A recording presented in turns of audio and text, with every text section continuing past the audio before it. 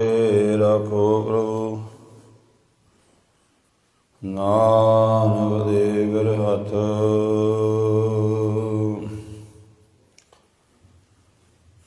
दर्शन दे जीवा गुरु तेरा,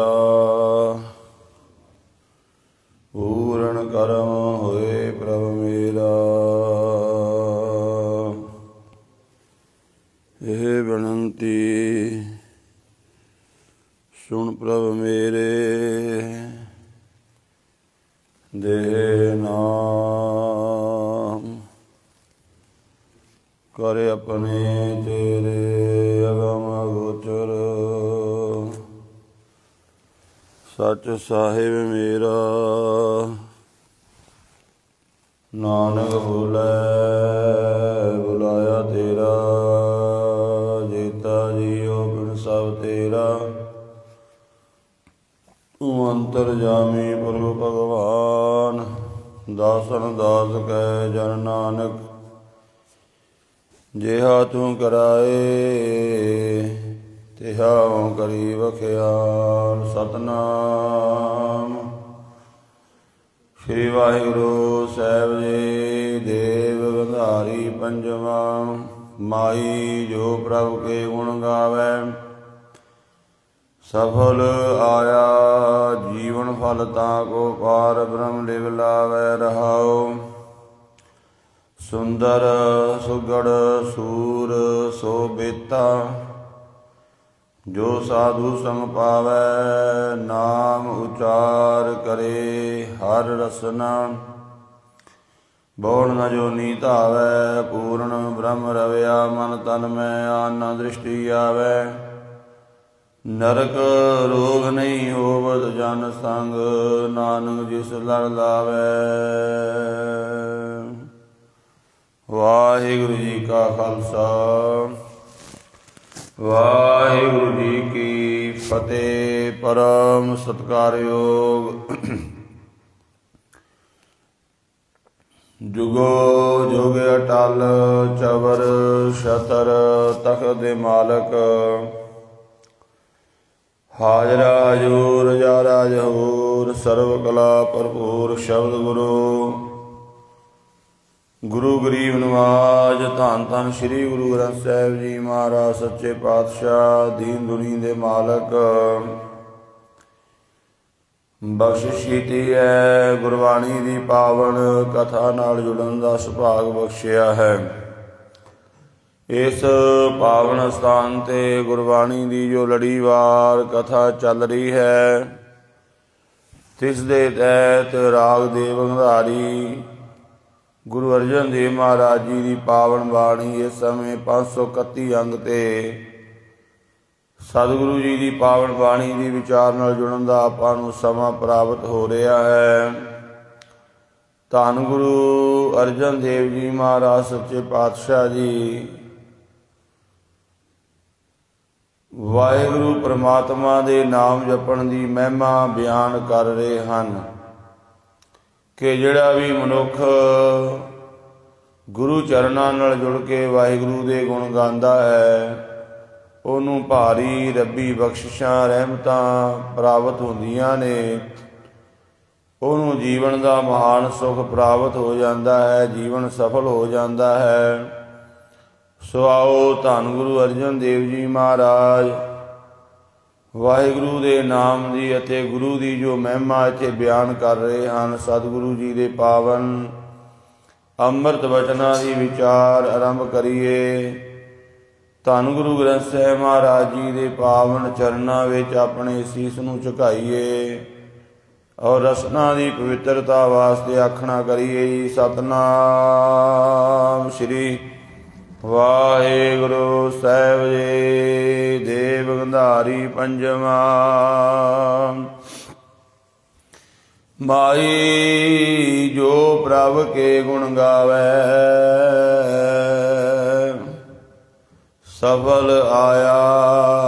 जीवन फल ताको पार ब्रह्म लिव लावै रहाओ। माई जो प्रभ के गुण गावै, हे माँ जो वाहिगुरु दे गुण गांदा है, ਜੋ ਵਾਹਿਗੁਰੂ ਜੀ ਦੀ ਸਿਫਤ ਸਲਾਹ ਵਡਿਆਈ ਕਰਦਾ ਹੈ, ਉਹਨੂੰ ਕੀ ਪ੍ਰਾਪਤੀ ਹੁੰਦੀ ਹੈ। ਕੋਈ ਗਾਵੇ ਕੋ ਸੁਣੈ, ਹਰ ਨਾਮਾ ਚਿਤ ਲਾਏ। ਕਹੋ ਕਬੀਰ ਸੰਸਾਨੀ, ਅੰਤ ਪਰਮ ਗਤ ਪਾਏ। ਜੋ ਵਾਹਿਗੁਰੂ ਦੇ ਗੁਣ ਗਾਉਂਦਾ ਹੈ, ਉਹਨੂੰ ਕੀ ਪ੍ਰਾਪਤ ਹੁੰਦਾ ਹੈ। ਸਫਲ ਆਇਆ ਜੀਵਨ ਫਲ ਤਾਂ ਕੋ, ਪਾਰ ਬ੍ਰਹਮ ਲਿਵ ਲਾਵੈ। ਉਹਦਾ ਆਇਆ ਹੋਇਆ ਸਫਲਾ ਹੈ, ਉਹਦਾ ਆਇਆ ਹੋਇਆ ਸੰਸਾਰ ਦੇ ਵਿੱਚ ਪ੍ਰਮਾਣ ਨੇਕ ਹੈ, ਜੋ ਵਾਹਿਗੁਰੂ ਦੇ ਗੁਣ ਗਾ ਰਿਹਾ ਹੈ। ਜੀਵਨ ਫਲ ਤਾਂ ਕੋ, ਉਹਨੂੰ ਜੀਵਨ ਦਾ ਫਲ ਮਿਲ ਗਿਆ। ਭਾਵ ਜਿਸ ਵਾਸਤੇ ਜੀਵਨ ਮਿਲਿਆ ਸੀ, ਉਹ ਫਲ ਦੀ ਪ੍ਰਾਪਤੀ ਹੋ ਗਈ।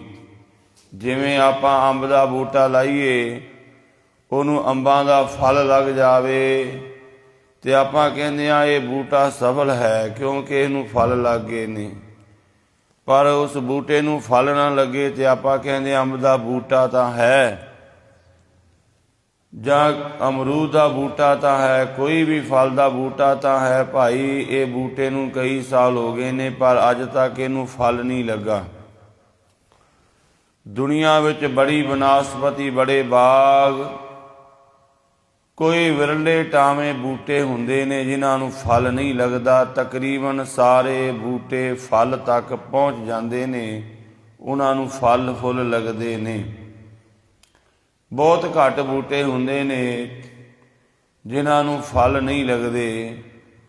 ਪਰ ਮਨੁੱਖਾਂ ਦੇ ਵਿੱਚ ਕੋਈ ਵਿਰਲਾ ਮਨੁੱਖ ਹੈ ਜਿਹੜਾ ਫਲ ਤੱਕ ਪਹੁੰਚਦਾ ਹੈ, ਵਰਨਾ ਮਨੁੱਖ ਨਸਫਲ ਹੀ ਚਲਿਆ ਜਾਂਦਾ ਹੈ। ਜੋ ਜੀਵਨ ਦਾ ਮਨੋਰਥ ਉਸ ਨੂੰ ਪ੍ਰਾਪਤ ਕੀਤੇ ਬਿਨਾਂ ਹੀ ਰਹਿਣ ਗਵਾਈ, ਸੋਏ ਕੈ ਦਿਵਸ ਗਵਾਇਆ ਖਾਏ। ਹੀਰੇ ਜੈਸਾ ਜਨਮ ਹੈ, ਕੋਡੀ ਬਦਲੇ ਜਾਏ। ਬੜਾ ਕੀਮਤੀ ਜੀਵਨ ਮਿਲਿਆ ਸੀ, ਉਹਨੂੰ ਵਿਅਰਥ ਹੀ ਗਵਾਤਾ, ਉਹਦਾ ਫਲ ਪ੍ਰਾਪਤ ਨਹੀਂ ਹੋਇਆ। ਜਿਹੜਾ ਵਾਹਿਗੁਰੂ ਦੇ ਗੁਣ ਗਾਉਂਦਾ ਹੈ, ਉਹਦਾ ਆਇਆ ਹੋਇਆ ਸਫਲਾ ਹੈ, ਉਹਨੂੰ ਜੀਵਨ ਦਾ ਫਲ ਮਿਲ ਜਾਂਦਾ ਹੈ। ਜੋ ਵਾਹਿਗੁਰੂ ਦੇ ਵਿੱਚ ਲਿਵ ਲਾਉਂਦਾ ਹੈ, ਮਹਾਰਾਜ ਕਹਿੰਦੇ ਉਹਨੂੰ ਮਨੋਰਥ ਜੀਵਨ ਦਾ ਪ੍ਰਾਪਤ ਹੋ ਜਾਂਦਾ ਹੈ। ਰਹਾਉ ਵਿਸ਼ਰਾਮ ਦੇ ਕੇ ਕਹਿੰਦੇ ਹਨ, ਜੋ ਵਾਹਿਗੁਰੂ ਦੇ ਗੁਣ ਗਾਉਂਦਾ ਉਹਨੂੰ ਹੋਰ ਕੀ ਮਿਲਦਾ ਹੈ। ਸੁੰਦਰ ਸੁਗੜ ਸੂਰ ਸੋਵੇ, ਤਾ ਜੋ ਸਾਧੂ ਸੰਗ ਪਾਵੈ।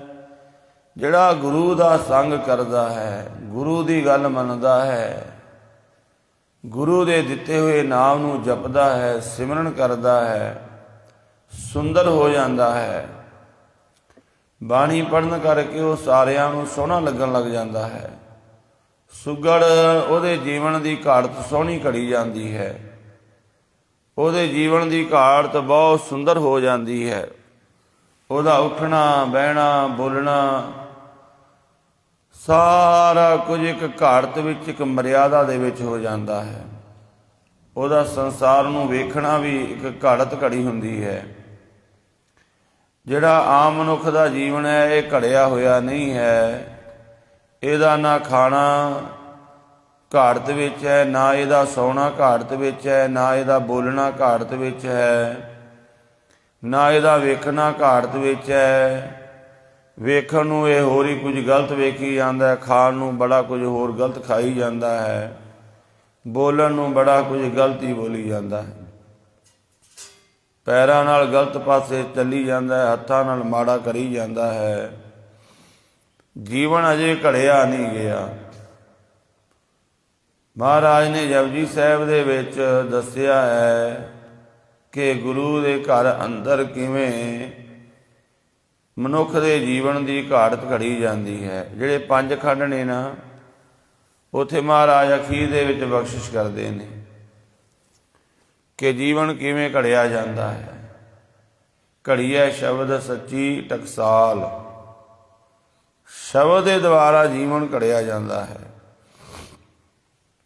ਮਹਾਰਾਜ ਕਹਿੰਦੇ ਉਹਦਾ ਜੀਵਨ ਸੋਹਣਾ ਘੜਿਆ ਗਿਆ, ਸੂਰਮਾ ਬਣ ਗਿਆ, ਉਹ ਵਕਾਰਾਂ ਨਾਲ ਲੜਨ ਵਾਲਾ ਔਰ ਮਜ਼ਲੂਮਾਂ ਦੀ ਖਾਤਰ ਲੜਨ ਵਾਲਾ, ਪਾਪ ਨਾਲ ਲੜਨ ਵਾਲਾ, ਅਧਰਮ ਨਾਲ ਲੜਨ ਵਾਲਾ ਉਹ ਸੂਰਮਾ ਬਣ ਜਾਂਦਾ ਹੈ। ਵੇਤਾ, ਤੱਤ ਵੇਤਾ, ਉਹਦੇ ਕੋਲ ਤੱਤ ਦਾ ਗਿਆਨ ਹੁੰਦਾ ਹੈ, ਉਹਦੇ ਕੋਲ ਹੋਕਾ ਗਿਆਨ ਨਹੀਂ ਹੁੰਦਾ। ਜਿਹੜਾ ਗਿਆਨ ਹੁੰਦਾ ਉਹਦੇ ਅਨੁਭਵ ਦਾ, ਨਿੱਜੀ ਤਜਰਬੇ ਦਾ ਗਿਆਨ ਹੁੰਦਾ ਹੈ, ਉਹਨੂੰ ਤੱਤ ਦਾ ਅਸਲ ਗਿਆਨ ਮਿਲ ਜਾਂਦਾ ਹੈ। ਜੋ ਸਾਧੂ ਸੰਗ ਪਾਵੈ, ਜਿਹਨੂੰ ਗੁਰੂ ਦਾ ਸੰਗ ਮਿਲ ਗਿਆ। ਗੁਰੂ ਦਾ ਸੰਗ ਮਿਲਣ ਤੋਂ ਭਾਵ ਹੈ ਕਿ ਜੋ ਗੁਰੂ ਗੁਰੂ ਜਪਣ ਲੱਗ ਪਿਆ ਹੈ, ਜੋ ਬਾਣੀ ਪੜ੍ਹਦਾ ਹੈ, ਜੋ ਗੁਰੂ ਦੇ ਹੁਕਮ ਨੂੰ ਮੰਨਣ ਲੱਗ ਪਿਆ ਹੈ।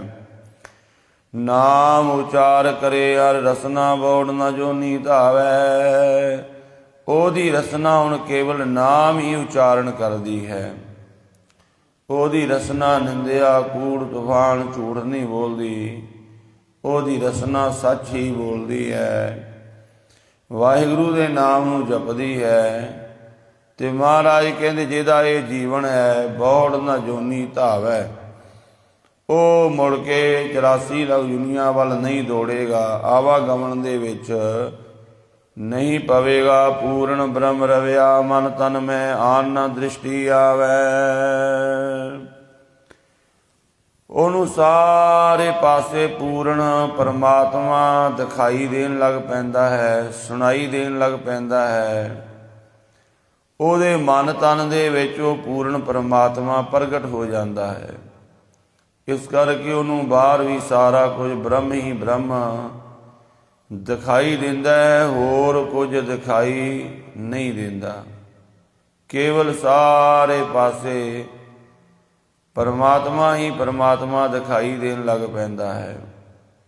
ਜਿਵੇਂ ਤੁਸੀਂ ਵੇਖੋ ਨਾ ਕਿ ਕੋਈ ਮਨੁੱਖ ਕਿਸੇ ਵਿੱਚ ਉਹਦੀ ਲਗਨ ਲੱਗ ਜਾਂਦੀ ਹੈ, ਬੜੀ ਗਹਿਰੀ ਲਗਨ, ਤਾਂ ਉਹਨੂੰ ਹਰ ਇੱਕ ਚੀਜ਼ ਦੇ ਵਿੱਚੋਂ ਉਹੀ ਕੁਝ ਦਿਖਾਈ ਦੇਣ ਲੱਗ ਪੈਂਦਾ। ਜਿਵੇਂ ਕੋਈ ਸੰਗੀਤਕਾਰ ਹੈ, ਬੜਾ ਗਹਿਰਾ ਸੰਗੀਤਕਾਰ ਹੈ, ਉਹਨੂੰ ਹਰ ਇੱਕ ਚੀਜ਼ ਦੇ ਵਿੱਚੋਂ ਸੰਗੀਤ ਲੱਭ ਜਾਂਦਾ ਹੈ। ਉਹ ਹਰ ਇੱਕ ਚੀਜ਼ 'ਤੇ ਗੀਤ ਲਿਖ ਦਿੰਦਾ ਹੈ, ਕਵਿਤਾ ਲਿਖ ਦਿੰਦਾ ਹੈ।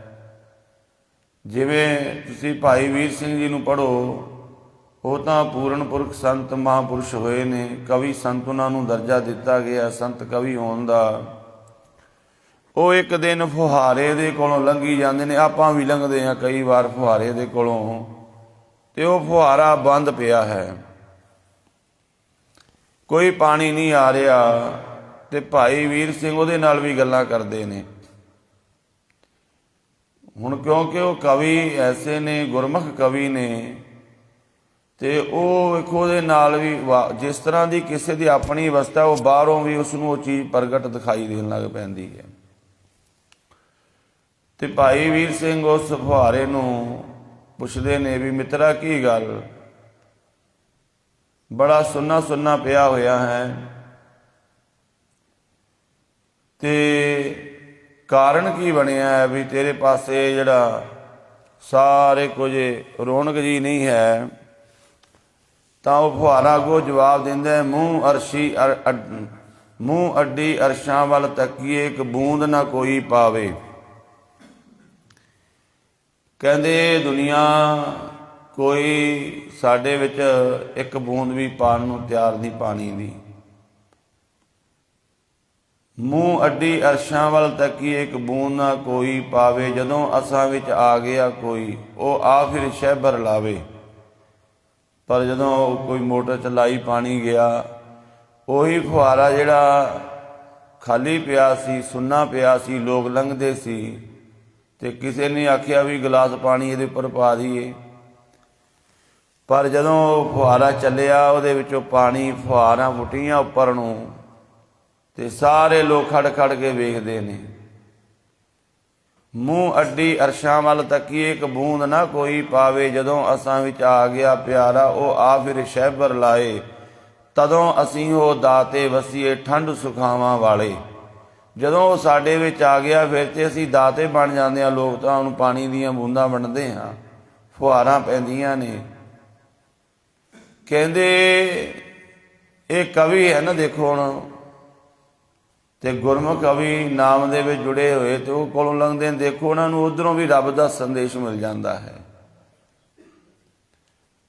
ਇਸੇ ਤਰ੍ਹਾਂ ਹੋਰ ਹਰ ਇੱਕ ਚੀਜ਼ ਦੇ ਵਿੱਚੋਂ ਪਰ ਹੋਰ ਦੁਨੀਆ ਕੋਲੋਂ ਲੰਘੀ ਜਾਵੇ ਉਹਨਾਂ ਨੂੰ ਕੋਈ ਪਤਾ ਨਹੀਂ, ਉਹ ਤਾਂ ਕਹਿੰਦੇ ਫੁਹਾਰਾ ਹੀ ਹੈ ਬਸ। ਕੋਈ ਫੁੱਲਾਂ ਕੋਲੋਂ ਕਵੀ ਲੰਘਿਆ, ਉਹਨੇ ਫੁੱਲਾਂ 'ਤੇ ਕਵਿਤਾ ਲਿਖ ਦਿੱਤੀ, ਕਿਉਂਕਿ ਉਹਦੀ ਕਵਿਤਾ ਦੇ ਨਾਲ ਇੰਨੀ ਗੂੜੀ ਪ੍ਰੀਤ ਹੋ ਗਈ, ਉਹਨੂੰ ਹਰ ਇੱਕ ਵਿੱਚੋਂ ਕਵਿਤਾ ਨਜ਼ਰ ਆਉਂਦੀ ਹੈ। ਇਸੇ ਤਰ੍ਹਾਂ ਜਦੋਂ ਬੰਦਾ ਰੱਬ ਨਾਲ ਜੁੜ ਗਿਆ, ਉਹਨੂੰ ਸਾਰੇ ਪਾਸੇ ਰੱਬ ਨਜ਼ਰ ਆਉਣ ਲੱਗ ਜਾਂਦਾ ਹੈ ਸਾਰੇ ਪਾਸੇ ਰੱਬ ਪਰਮਾਤਮਾ। ਕਵਿਤਾ ਸੰਗੀਤ ਸਾਰੇ ਪਾਸੇ ਸਾਰਾ ਕੁਝ ਛੁਪਿਆ ਹੋਇਆ ਹੈ, ਭੰਡਾਰੇ ਭਰੇ ਪਏ ਨੇ।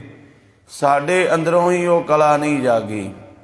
ਕੋਈ ਵੀ ਕਲਾ ਹੈ ਸਾਡੇ ਅੰਦਰ, ਸਾਰੀਆਂ ਕਲਾ ਰੱਬ ਨੇ ਪਾਈਆਂ ਨੇ, ਉਹ ਜਾਗੀਆਂ ਨਹੀਂ, ਸੁੱਤੀਆਂ ਪਈਆਂ। ਤਾਂ ਹੀ ਤੇ ਮਹਾਰਾਜ ਕਹਿੰਦੇ ਆਪਣੇ ਮਨ ਨੂੰ ਜਗਾ, ਕਿਉਂਕਿ ਮਨ ਦੇ ਜਾਗਣ ਨਾਲ ਤੇਰੇ ਅੰਦਰੋਂ ਸੰਗੀਤ ਜਾਗੇਗਾ, ਕਲਾ ਜਾਗੇਗੀ ਹਰ ਇੱਕ ਤਰ੍ਹਾਂ ਦੀ।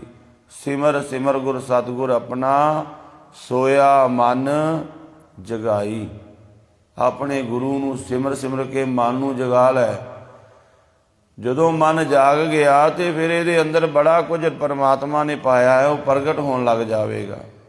ਤੇ ਜੇ ਆਪਾਂ ਨਾ ਅਭਿਆਸ ਕਰਾਂਗੇ, ਉਹ ਸਾਰਾ ਕੁਝ ਸੁੱਤਾ ਹੀ ਰਹਿ ਜਾਵੇਗਾ। ਪਾਇਆ ਤਾਂ ਹੈ ਸੀ, ਪਰ ਉਹ ਵਰਤਿਆ ਹੀ ਨਹੀਂ, ਮਨੁੱਖ ਨੇ ਜਗਾਇਆ ਹੀ ਨਹੀਂ ਹੈ ਮਨ ਨੂੰ। ਤੋ ਮਹਾਰਾਜ ਸੱਚੇ ਪਾਤਸ਼ਾਹ ਜੀ ਕਹਿੰਦੇ ਕਿ ਪੂਰਨ ਬ੍ਰਹਮ ਰਵਿਆ ਮਨ ਤਨ ਮੈਂ, ਆਨ ਨਾ ਦ੍ਰਿਸ਼ਟੀ ਆਵੈ। ਉਹ ਗੁਰਮੁਖ ਨੂੰ ਫਿਰ ਹੋਰ ਕੁਝ ਦ੍ਰਿਸ਼ਟੀ ਆਉਂਦਾ ਹੀ ਨਹੀਂ ਹੈ, ਉਹਨੂੰ ਕੇਵਲ ਪਰਮਾਤਮਾ ਰੱਬ ਹੀ ਦਿਖਾਈ ਦੇਣ ਲੱਗ ਪੈਂਦਾ ਹਰ ਇੱਕ ਪਾਸੇ। ਨਰਕ ਰੋਗ ਨਹੀਂ ਹੋਵਤ ਜਨ ਸੰਗ, ਨਾਨਕ ਜਿਸ ਲੜ ਲਾਵੈ।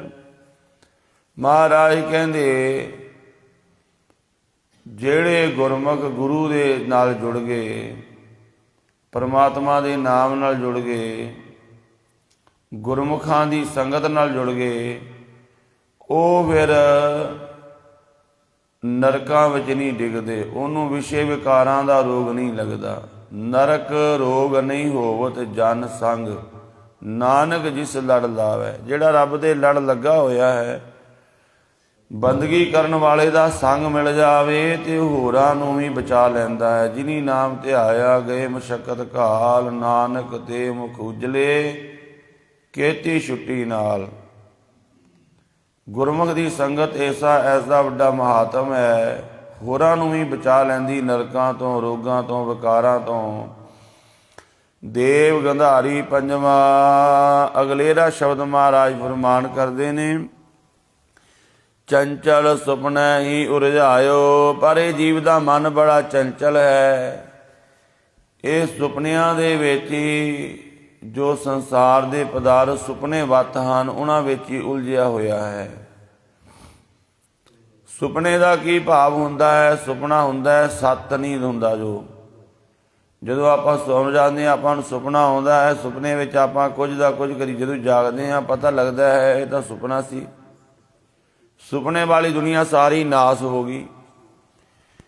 ਇਸੇ ਤਰ੍ਹਾਂ ਇਹ ਜੋ ਆਪਾਂ ਦੇਖ ਰਹੇ ਹਾਂ ਨਾ ਸੰਸਾਰ, ਇਹ ਸੁਪਨਾ ਹੈ, ਅਜੇ ਮਨ ਜਾਗਿਆ ਨਹੀਂ ਹੈ।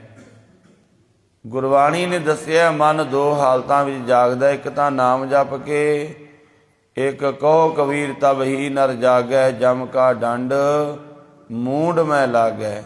ਜਦੋਂ ਜਮ ਆ ਕੇ ਸੋਟਾ ਮਾਰਦਾ ਨਾ ਮੁੰਡੀ ਦੇ ਵਿੱਚ, ਤੇ ਫਿਰ ਪਤਾ ਲੱਗਦਾ ਵੀ ਇਹ ਸੰਸਾਰ ਸੁਪਨਾ ਟੁੱਟ ਜਾਂਦਾ ਜਿਹਦੇ ਵਿੱਚ ਖਚਤ ਹੋਏ ਪਏ ਹਾਂ।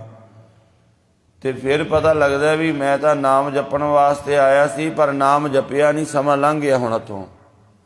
ਫਿਰ ਉਸ ਸਮੇਂ ਬਹੁਤ ਪਛਤਾਉਂਦਾ ਹੈ। ਇਤਨੀ ਨਾ ਬੂਝੈ ਕਬੂ ਚਲਣਾ, ਵਿਕਲ ਭਿਓ ਸੰਗ ਮਾਇਓ।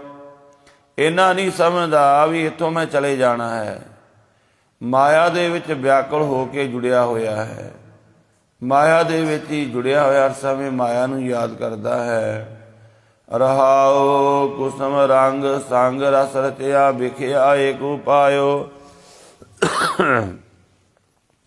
ਸੋਹਣੇ ਸੋਹਣੇ ਫੁੱਲਾਂ ਦੇ ਰੰਗਾਂ ਦੇ ਵਿੱਚ ਇਹ ਖਚਤ ਹੋ ਰਿਹਾ ਹੈ ਸੰਸਾਰ। ਇੱਦਾਂ ਹੈ ਜਿਵੇਂ ਫੁੱਲਾਂ ਦੀ ਸੁੰਦਰ ਬਗੀਚੀ ਹੋਵੇ ਤੇ ਭਵਰਾ ਉਹਦੇ ਵਿੱਚ ਜਿਵੇਂ ਗਵਾਚਿਆ ਰਹਿੰਦਾ ਹੈ। ਇਸੇ ਤਰ੍ਹਾਂ ਮਹਾਰਾਜ ਕਹਿੰਦੇ ਜੀਵ ਇਸ ਸੰਸਾਰ ਦੇ ਵਿੱਚ ਖਚਤ ਹੋ ਰਿਹਾ ਹੈ। ਤੇ ਜਿਹੜੇ ਯਤਨ ਕਰਦਾ ਉਹ ਕੇਵਲ ਵਿਖਿਆ ਵਾਸਤੇ, ਮਾਇਆ ਵਾਸਤੇ ਕਰਦਾ, ਦਿਨ ਰਾਤ ਦੌੜਿਆ ਫਿਰਦਾ ਹੈ, ਸਭ ਮਾਇਆ ਦੇ ਕਾਰਨ ਉਪਾਵ ਕਰ ਰਿਹਾ, ਮਾਇਆ ਦੇ ਕਾਰਨ ਯਤਨ ਕਰ ਰਿਹਾ ਹੈ। ਲੋਭ ਸੁਣੈ ਮਨ ਸੁਖ ਕਰ ਮਾਨੈ, ਬੇਗ ਤਾਂ ਉਠਾਇਓ। ਜਦੋਂ ਕਿਤੇ ਲੋਭ ਦੀ ਗੱਲ ਹੁੰਦੀ ਵੀ ਉੱਥੋਂ ਲੋਭ ਪੂਰਾ ਹੋ ਜਾਵੇਗਾ, ਉੱਥੇ ਕੰਮ ਹੋ ਜਾਵੇਗਾ, ਮਨੁੱਖ ਉਸ ਪਾਸੇ ਨੂੰ ਦੌੜ ਕੇ ਜਾਂਦਾ ਹੈ। ਲੋਭ ਸੁਣੈ ਮਨ ਸੁਖ ਕਰ ਮਾਨੈ, ਮਨ ਬੜਾ ਸੁਖ ਮੰਨਦਾ ਵੀ ਉੱਥੇ ਜਾਏਗਾ, ਉੱਥੇ ਤੇਰਾ ਕਾਰੋਬਾਰ ਚੱਲ ਜਾਵੇਗਾ, ਉੱਧਰ ਜਾਵੇਗਾ, ਇਹ ਕਰ ਲਵੇਂਗਾ। ਤੇ ਮਹਾਰਾਜ ਕਹਿੰਦੇ ਬੜੀ ਛੇਤੀ ਨਾਲ ਦੌੜ ਕੇ ਉਸ ਪਾਸੇ ਵੱਲ ਜਾਂਦਾ ਹੈ।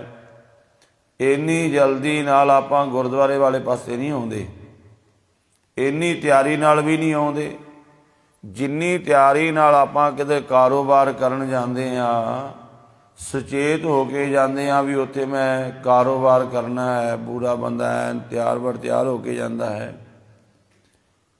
ਤੇ ਫਿਰ ਉੱਥੇ ਜਾ ਕੇ ਉਸ ਚੀਜ਼ ਨੂੰ ਕਰਦਾ। ਉਹਨੂੰ ਕੋਈ ਆਖੇ ਵੀ ਛੱਡ ਭਰਾ, ਤੂੰ ਤਿਆਰ ਹੋ ਕੇ ਆਇਆ ਰਹਿੰਦੇ, ਪਰ ਅੱਜ ਨਹੀਂ ਆਪਾਂ ਦਫ਼ਤਰ ਖੋਲ੍ਹਦੇ।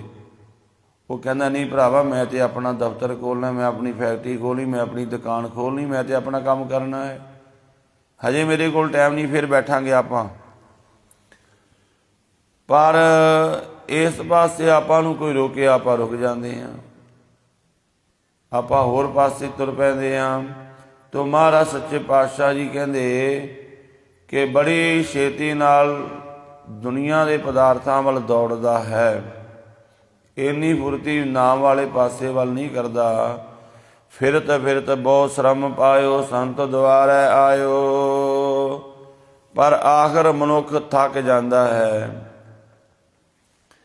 ਦੌੜ ਦੌੜ ਕੇ ਇਹਨੂੰ ਆਖਰ ਗੁਰੂ ਦੇ ਕੋਲ ਆਉਣਾ ਹੀ ਪੈਂਦਾ। ਹੋਰ ਕੋਈ ਛੁਟਕਾਰੇ ਵਾਲੀ ਥਾਂ ਹੈ ਨਹੀਂ। ਕਹੋ ਨਾਨਕੇ ਤਤ ਵਿਚਾਰਾ, ਬਿਨ ਹਰ ਭਜਨ ਨਾਹੀ ਛੁਟਕਾਰਾ। ਜਿੰਨਾ ਮਰਜੀ ਮਨੁੱਖ ਦੁਨੀਆ ਵੱਲ ਦੌੜ ਲਏ, ਇੱਕ ਦਿਨ ਇਹਨੂੰ ਇਸ ਪਾਸੇ ਆਉਣਾ ਹੀ ਪਵੇਗਾ। ਬੜਾ ਭਟਕ ਭਟਕ ਕੇ ਵੇਖ ਲਿਆ, ਸੁੱਖ ਮਿਲਿਆ ਨਹੀਂ, ਫਿਰ ਗੁਰੂ ਕੋਲ ਆ ਗਿਆ। ਕਰੀ ਕਿਰਪਾ ਪਾਰ ਬ੍ਰਹਮ ਸਵਾਮੀ, ਨਾਨਕ ਲਿਓ ਸਮਾਇਓ। ਉਸ ਵਾਹਿਗੁਰੂ ਨੇ ਕਿਰਪਾ ਕਰਦੀ, ਕਿਉਂਕਿ ਉਹ ਤੇ ਬਖਸ਼ਣਹਾਰ ਹੈ। ਜਦੋਂ ਉਹਦੀ ਸ਼ਰਨ ਵਿੱਚ ਆ ਕੇ ਪੈ ਗਿਆ, ਮਹਾਰਾਜ ਮੈਨੂੰ ਬਖਸ਼ ਲਓ, ਮੈਂ ਤੇ ਬੜੇ ਪਾਪ ਕੀਤੇ, ਸਮਾਂ ਵਿਅਰਥ ਗਵਾ ਲਿਆ, ਨਾਮ ਨਹੀਂ ਜਪਿਆ, ਮੈਨੂੰ ਬਖਸ਼ ਲਵੋ। ਵਾਹਿਗੁਰੂ ਕਿੰਨਾ ਬਖਸ਼ੰਦ ਹੈ, ਉਹ ਫਿਰ ਵੀ ਬਖਸ਼ ਲੈਂਦਾ ਹੈ। ਸਦ ਬਖਸ਼ਿੰਦ ਸਦਾ ਮਿਹਰਬਾਨਾ, ਸਭਨਾ ਦੇ ਆਧਾਰੀ। ਮਹਾਰਾਜ ਸੱਚੇ ਪਾਤਸ਼ਾਹ ਜੀ ਫਰਮਾਨ ਕਰਦੇ ਨੇ, ਜਦੋਂ ਕੋਈ ਉਹਦੀ ਸ਼ਰਨ ਵਿੱਚ ਆ ਜਾਵੇ, ਉਹ ਵਾਹਿਗੁਰੂ ਆਪਣੇ ਵਿੱਚ ਸਮਾ ਲੈਂਦਾ ਹੈ। ਦੇਵ ਗੰਧਾਰੀ ਪੰਜਵਾਂ। ਅਗਲੇਰਾ ਸ਼ਬਦ ਫਿਰ ਮਹਾਰਾਜ ਫਰਮਾਨ ਕਰ ਰਹੇ ਨੇ, ਸਰਬ ਸੁਖਾਂ ਗੁਰੂ ਚਰਨਾ। ਸਾਰੇ ਸੁੱਖ ਕਿੱਥੇ ਨੇ? ਗੁਰੂ ਦੇ ਚਰਨਾਂ ਵਿੱਚ ਹਨ। ਮਾਈ ਚਰਨ ਗੁਰ ਮੀਠੇ, ਵੱਡਾ ਭਾਗ ਦੇਵੈ ਪਰਮੇਸ਼ਰ, ਕੋਟ ਵਲਾ ਦਰਸ਼ਨ ਗੁਰ ਡਿਠੇ। ਭਾਵ ਸਾਰੇ ਸੁੱਖ ਬਾਣੀ ਦੇ ਵਿੱਚ ਛੁਪੇ ਹੋਏ ਨੇ। ਬਾਣੀ ਪੜ੍ਹਿਆ ਕਰੋ, ਨਾਮ ਜਪਿਆ ਕਰੋ, ਅਭਿਆਸ ਬਣਾਓ, ਇੱਕ ਲੈ ਬਣਾਓ ਆਪਣੇ ਜੀਵਨ ਵਿੱਚ ਨਾਮ ਜਪਣ ਦੀ। ਇੱਕ ਲੈ ਬਣਾਉਣੀ ਪਵੇਗੀ। ਵੇਖੋ, ਲੈ ਤੋਂ ਬਿਨਾਂ ਕੋਈ ਚੀਜ਼ ਚੰਗੀ ਨਹੀਂ ਲੱਗਦੀ। ਹਰ ਇੱਕ ਕੰਮ ਦੀ ਇੱਕ ਲੈ ਹੁੰਦੀ ਹੈ, ਸੁਰ ਤਾਲ ਹੁੰਦਾ ਹੈ। ਕੀਰਤਨ ਸੁਰ ਤਾਲ ਤੋਂ ਬਿਨਾਂ ਹੋ ਰਿਹਾ ਹੋਵੇ ਚੰਗਾ ਨਹੀਂ ਲੱਗਦਾ। ਗੁਰਬਾਣੀ ਦਾ ਪਾਠ ਕਥਾ ਇੱਕ ਲੈ ਵਿੱਚ ਨਾ ਹੋਵੇ ਚੰਗਾ ਨਹੀਂ ਲੱਗਦਾ। ਕੋਈ ਵੀ ਕੰਮ ਹੈ, ਆਪਾਂ ਬੰਦਾ ਤੁਰਦਾ ਹੀ ਜਾ ਰਿਹਾ, ਇੱਕ ਲੈ ਵਿੱਚ ਨਾ ਤੁਰੇ ਤਾਂ ਉਹ ਵੀ ਚੰਗਾ ਨਹੀਂ ਲੱਗਦਾ। ਕਦੇ ਦੌੜਨ ਲੱਗ ਪਿਆ, ਕਦੇ ਟਪੂਸੀਆਂ ਮਾਰਨ ਲੱਗ ਪਿਆ, ਕਦੇ ਕੁਝ ਕਰਨ ਲੱਗ ਪਿਆ, ਚੰਗਾ ਨਹੀਂ ਲੱਗਦਾ। ਘਰ ਵਿੱਚ ਬੈਠਾ ਬੈਠਾ ਮੰਜੇ ਤੇ ਪੈਰ ਹਿਲਾਈ ਜਾਂਦਾ, ਲੋਕ ਕਹਿੰਦੇ ਟਿਕ ਕੇ ਬੈਠ ਜਾ, ਪੈਰ ਕਿਉਂ ਹਿਲਾ ਰਿਹਾ? ਇਹ ਚੰਗੀ ਗੱਲ ਨਹੀਂ ਲੱਗਦੀ। ਬੈਠਣ ਦਾ ਤਰੀਕਾ ਹੈ, ਬੈਠਣ ਦੀ ਵੀ ਲੈ ਹੈ। ਬੈਠਾ ਬੈਠਾ ਹਰਕਤਾਂ ਕਰੇ ਜਾਵੇ, ਲੋਕ ਕਹਿੰਦੇ ਨੇ ਟਿਕ ਕੇ ਬੈਠ ਜਾ, ਬੈਠਣਾ ਨਹੀਂ ਆਉਂਦਾ ਤੈਨੂੰ। ਬੈਠਣ ਦੀ ਵੀ ਲੈ ਹੈ, ਬੋਲਣ ਦੀ ਵੀ ਲੈ ਹੈ। ਹਰ ਇੱਕ ਕਰਮ ਲੈ ਵਿੱਚ ਹੋਵੇ ਸੋਹਣਾ ਲੱਗਦਾ ਹੈ। ਉਹ ਲੈ ਤੋਂ ਬਾਹਰ ਹੋ ਜਾਵੇ ਬੁਰਾ ਲੱਗਣ ਲੱਗ ਜਾਂਦਾ ਹੈ। ਇਸੇ ਤਰ੍ਹਾਂ ਗੁਰਮੁਖੋ ਇੱਕ ਲੈ ਬਣਾਈਏ ਜੀਵਨ ਦੀ। ਬਾਣੀ ਪੜ੍ਹਨਾ, ਨਿਤਨੇਮ ਕਰਨਾ, ਇੱਕ ਸੁਰ, ਇੱਕ ਟਾਈਮ ਬਣਾਈਏ, ਲੈ ਬਣਾ ਕੇ ਚੱਲਾਂਗੇ ਤਾਂ ਸਾਨੂੰ ਕੁਝ ਜੀਵਨ ਵਿੱਚ ਲਾਭ ਪ੍ਰਾਪਤ ਹੋਵੇਗਾ। ਪੜ੍ਹਾਈ ਦੇ ਵੇਖੋ ਸਕੂਲਾਂ ਵਿੱਚ ਨਾ ਪੀਰੀਅਡ ਹੁੰਦੇ ਨੇ, ਉਹ ਇੰਨਾ ਟਾਈਮ ਇਹ ਸਮਾਂ ਬੰਨੇ ਨੇ, ਇੰਨੇ ਸਮੇਂ ਵਿੱਚ ਇਹ ਪੀਰੀਅਡ ਹੈ, ਇੰਨੇ ਵਿੱਚ ਇਹ ਹੈ, ਇੰਨੇ ਦੇ ਵਿੱਚ ਇਹ ਹੈ। ਉਹ ਪੜ੍ਹਾਈ ਹੁੰਦੀ ਇੱਕ ਲਹਿ ਵਿੱਚ ਹੁੰਦੀ ਹੈ। ਇਹ ਨਹੀਂ ਵੀ ਇੱਕ ਕੋਈ ਪੜ੍ਹਾਉਣ ਲੱਗਾ 2 ਘੰਟੇ ਪੜ੍ਹਾਈ ਜਾ ਰਿਹਾ, ਦੂਜੇ ਦਾ ਟਾਈਮ ਹੀ ਨਹੀਂ ਆਉਂਦਾ ਹੈਗਾ। ਸਾਰੇ ਇੱਕ ਟਾਈਮ ਦੀ ਲਹਿ ਬਣਾ ਦਿੱਤੀ ਜਾਂਦੀ ਹੈ। ਇਸੇ ਤਰ੍ਹਾਂ ਆਪਾਂ ਨੂੰ ਇੱਕ ਟਾਈਮ ਟੇਬਲ ਬਣਾਉਣਾ ਪਵੇਗਾ, ਚੱਲਣਾ ਪਵੇਗਾ। ਤੋ ਮਹਾਰਾਜ ਸੱਚੇ ਪਾਤਸ਼ਾਹ ਜੀ ਫਰਮਾਨ ਕਰਦੇ ਨੇ ਭਾਈ ਕਿ ਵਾਹਿਗੁਰੂ ਦੇ ਨਾਮ ਨੂੰ ਜਪਣਾ ਕਰੋ, ਸਿਮਰਨਾ ਕਰੋ, ਸਾਰੇ ਸੁੱਖ ਮਿਲ ਜਾਣਗੇ ਗੁਰੂ ਦੇ ਚਰਨਾਂ ਵਿੱਚੋਂ। ਸਰਬ ਸੁਖਾਂ ਗੁਰ ਚਰਨਾ, ਕਲਮਲ ਡਾਰਨ ਮਨੈ ਸਧਾਰਨ, ਇਹ ਆਸਰ ਮੋਇ ਤਰਨਾ ਰਹਾਓ। ਕਲਮਲ ਡਾਰਨ, ਪਾਪਾਂ ਨੂੰ ਦੂਰ ਕਰਨਾ, ਮਾੜੇ ਕੰਮਾਂ ਨੂੰ ਛੱਡ ਦੇਵੋ, ਤਿਆਗ ਦੇਵੋ। ਮਨੈ ਸਧਾਰਨ, ਆਪਣੇ ਮਨ ਨੂੰ ਸੁਧਾਰਨਾ ਹੈ। ਜਿਵੇਂ ਜਿਵੇਂ ਬਾਣੀ ਨਾਲ ਜੁੜਾਂਗੇ ਪਾਪਾਂ ਤੋਂ ਛੱਡੇ ਆਪੇ ਖੜ ਛੁੱਟੀ ਜਾਵੇਗਾ, ਚੰਗੇ ਪਾਸੇ ਲੱਗ ਪਏ, ਮਾੜੇ ਪਾਸੇ ਧਿਆਨ ਹੀ ਨਹੀਂ ਜਾਵੇਗਾ। ਤੇ ਮਹਾਰਾਜ ਕਹਿੰਦੇ ਮਨ ਵੀ ਸੁਧਰਨ ਲੱਗ ਜਾਵੇਗਾ। ਇਹੀ ਆਸਰਾ ਹੈ ਗੁਰੂ ਦੇ ਸ਼ਬਦ ਜੋ ਸਾਨੂੰ ਭਵਜਲ ਤੋਂ ਉਤਾਰ ਸਕਦਾ ਹੈ। ਸਮਝ ਆ ਗਈ ਗੁਰਮੁਖਾਂ ਨੂੰ, ਸ਼ਬਦ ਦੇ ਬਿਨਾਂ ਭਵਜਲ ਪਾਰ ਨਹੀਂ ਹੋਣਾ, ਜੀਵਨ ਸਫਲ ਨਹੀਂ ਹੋਣਾ। ਰਹਾਓ ਵਿਸ਼ਰਾਮ ਦੇ ਕੇ ਮਹਾਰਾਜ ਕਹਿੰਦੇ ਪੂਜਾ ਅਰਚਾ ਸੇਵਾ ਬੰਧਨ ਇਹ ਟਹਿਲ ਮੋਏ ਕਰਨਾ। ਗੁਰੂ ਦੀ ਸੇਵਾ ਹੀ ਸਭ ਤੋਂ ਵੱਡੀ ਪੂਜਾ ਹੈ। ਗੁਰ ਮੇਰੀ ਪੂਜਾ ਗੁਰ ਗੋਬਿੰਦ। ਪੂਜਾ ਅਰਚਾ, ਅਰਚਨਾ ਕਰਨੀ, ਇਹ ਵੀ ਇੱਕ ਭਗਤੀ ਹੈ। ਕਈ ਤਰ੍ਹਾਂ ਦੇ ਪ੍ਰਸ਼ਾਦ ਬਣਾ ਕੇ ਭੋਗ ਲਵਾਉਣਾ, ਫੁੱਲਾਂ ਦੇ ਹਾਰ ਪਾਣੇ, ਕਈ ਤਰ੍ਹਾਂ ਦੀ ਇਹ ਪੂਜਾ ਆ ਜਾਂਦੀ ਹੈ। ਸਾਰਾ ਕੁਝ ਇਹ ਗੁਰੂ ਦੀ ਸੇਵਾ ਵਿੱਚ ਆ ਗਿਆ। ਜਦੋਂ ਸੇਵਾ ਵਿੱਚ ਲੱਗੇ ਨਾ, ਸਮਝ ਲਓ ਸਭ ਤਰ੍ਹਾਂ ਦੀ ਪੂਜਾ ਕਰ ਲਈ। ਜਦੋਂ ਨਾਮ ਜਪਣ ਲੱਗ ਪਏ, ਵੈਸੇ 5 ਤਰ੍ਹਾਂ ਦੇ ਕਰਮ ਧਰਮ ਦੱਸੇ ਨੇ। ਕਰਮ ਧਰਮ ਨੇਮ ਵਰਤ ਪੂਜਾ, ਪਾਰ ਬ੍ਰਹਮ ਬਿਨ ਜਾਣ ਨਾ ਦੂਜਾ। ਉਹਦੇ ਵਿੱਚ ਸਾਰੇ ਤਰ੍ਹਾਂ ਦੀ ਪੂਜਾ ਆ ਜਾਂਦੀ ਹੈ। 5 ਨੇ ਉਹ, ਕਰਮ ਧਰਮ ਨੇਮ ਵਰਤ ਪੂਜਾ। ਪਾਰ ਬ੍ਰਹਮ ਬਿਨ ਜਾਣ ਨਾ ਦੂਜਾ। ਮਹਾਰਾਜ ਕਹਿੰਦੇ ਵਾਹਿਗੁਰੂ ਤੋਂ ਵੱਡਾ ਨਾ ਕੋਈ ਕਰਮ ਹੈ, ਨਾ ਕੋਈ ਧਰਮ ਹੈ, ਨਾ ਕੋਈ ਨੇਮ, ਨਾ ਕੋਈ ਵਰਤ, ਨਾ ਕੋਈ ਪੂਜਾ। ਸਿਮਰਨ ਤੋਂ ਵੱਡਾ ਕੁਝ ਵੀ ਨਹੀਂ। ਪ੍ਰਭ ਕਾ ਸਿਮਰਨ ਸਭ ਤੇ ਉੱਚਾ। ਸਿਮਰਨ ਕਰੋ, ਬਾਣੀ ਪੜ੍ਹੋ। ਤੋ ਪਾਤਸ਼ਾਹ ਫਰਮਾਨ ਕਰਦੇ ਨੇ ਅਸੀਂ ਤਾਂ ਇਹੀ ਆਪਣੇ ਜੀਵਨ ਵਿੱਚ ਧਾਰਨ ਕਰ ਲਿਆ ਹੈ। ਬਿਗਸੈ ਮਨ ਹੋਵੈ ਪ੍ਰਗਾਸਾ, ਬੋਰ ਨਾ ਗਰਬੈ ਪਰਨਾ। ਮਨ ਪ੍ਰਕਾਸ਼ਿਤ ਹੋਣ ਲੱਗ ਜਾਂਦਾ, ਖੇੜੇ ਵਿੱਚ ਆ ਜਾਂਦਾ, ਸ਼ਬਦ ਦੇ ਨਾਲ ਜੁੜਦਾ ਹੈ। ਜਿਹਦਾ ਮਨ ਖੇੜੇ ਵਿੱਚ ਆ ਗਿਆ, ਨਾਮ ਨਾਲ ਜੁੜ ਗਿਆ, ਉਹ ਮੁੜ ਕੇ ਦੁਨੀਆ ਵਿੱਚ ਨਹੀਂ ਪੈਂਦਾ। ਸਫਲ ਮੂਰਤ ਪਰਸੋਂ ਸੰਤਨ ਕੀ, ਇਹ ਧਿਆਨ ਨਾ ਧਰਨਾ। ਗੁਰਮੁਖਾਂ ਦੇ ਦਰਸ਼ਨ ਕਰਨੇ ਚਾਹੀਦੇ ਨੇ, ਸੰਗਤ ਦੇ। ਸਫਲ ਮੂਰਤ ਫਲ ਦੇਣ ਵਾਲੀ ਹੈ। ਸੰਗਤ ਦੇ ਦਰਸ਼ਨ ਫਲ ਦੇਣ ਵਾਲੇ ਹਨ। ਗੁਰੂ ਦੀ ਸੰਗਤ ਦੇ ਦਰਸ਼ਨ ਜ਼ਰੂਰ ਕਰਨੇ ਚਾਹੀਦੇ ਹਨ। ਮਹਾਰਾਜ ਕਹਿੰਦੇ ਅਸੀਂ ਤਾਂ ਇਹ ਧਿਆਨ ਧਰਦੇ ਹਾਂ, ਸਫਲ ਮੂਰਤ ਪਰਸੋਂ ਸੰਤਨ ਕੀ।